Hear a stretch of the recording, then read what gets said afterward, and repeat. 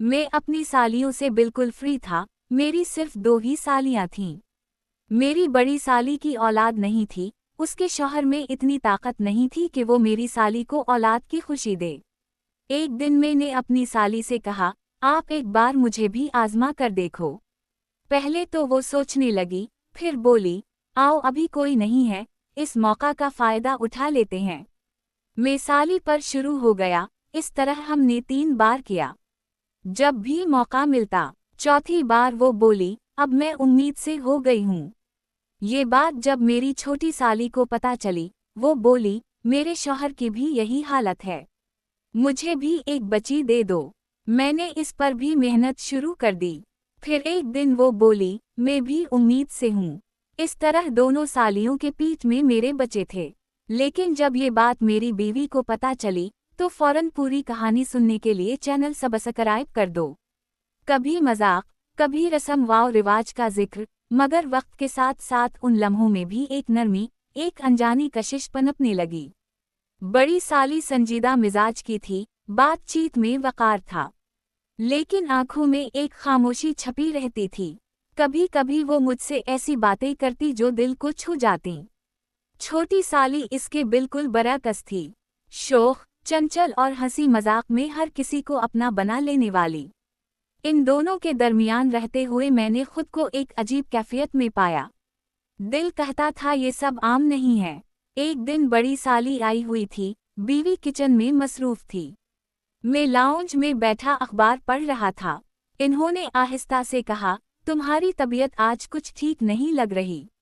मैंने हंसकर कहा, शायद नींद पूरी नहीं हुई। वो खामोश हो गई, लेकिन उनकी नज़रें जैसे सब कुछ कह रही थीं। उस दिन पहली बार मुझे एहसास हुआ कि वो मेरे बारे में क्या सोचती हैं, सिर्फ एक बहनोई की हैसियत से नहीं बल्कि कुछ और। आहिस्ता आहिस्ता उनका रवैया बदलने लगा, बातों में नरमी आ गई, खामोशी में कशिश आ गई। एक दिन यूं हुआ कि मैंने उनकी आंखों में वही सवाल देखा जो मेरे दिल में छुपा था।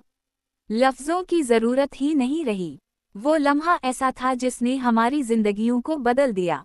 खामोशी के बीच हम इतने करीब हो गए कि दिल की दीवारें भी गिर गईं। इस एक कदम ने सब कुछ बदल दिया।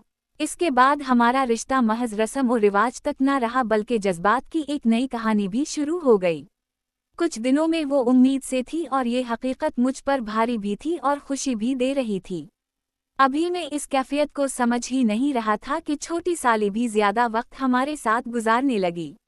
वो अपनी शोखी और बातों से दिल को बहला देती थी, मगर एक दिन उसने मुझे कुछ ऐसा कहा जिसने मुझे चौंका दिया।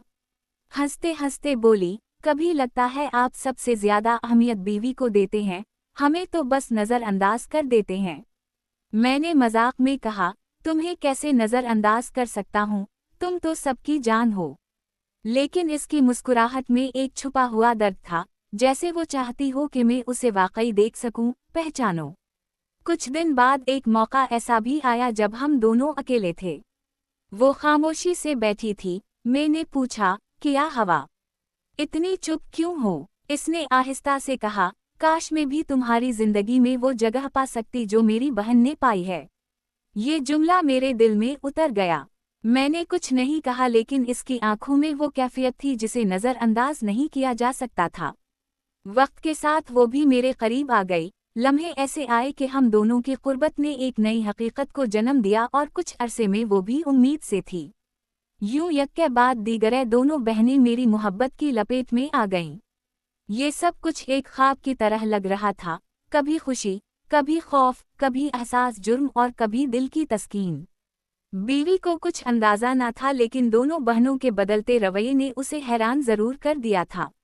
मैं जानता था कि ये राज ज्यादा दिन छप नहीं सकता, लेकिन उस वक्त मेरा दिल सिर्फ उनकी मोहब्बत के हिसार में कैद था। बड़ी साली की आंखों में अब एक माँ बनने की रोशनी थी, वो पहले से ज्यादा नरम दिल हो गई थी। छोटी साली की शोखी में अब सुकून आ गया था, जैसे उसे भी अपनी मंजिल मिल गई हो।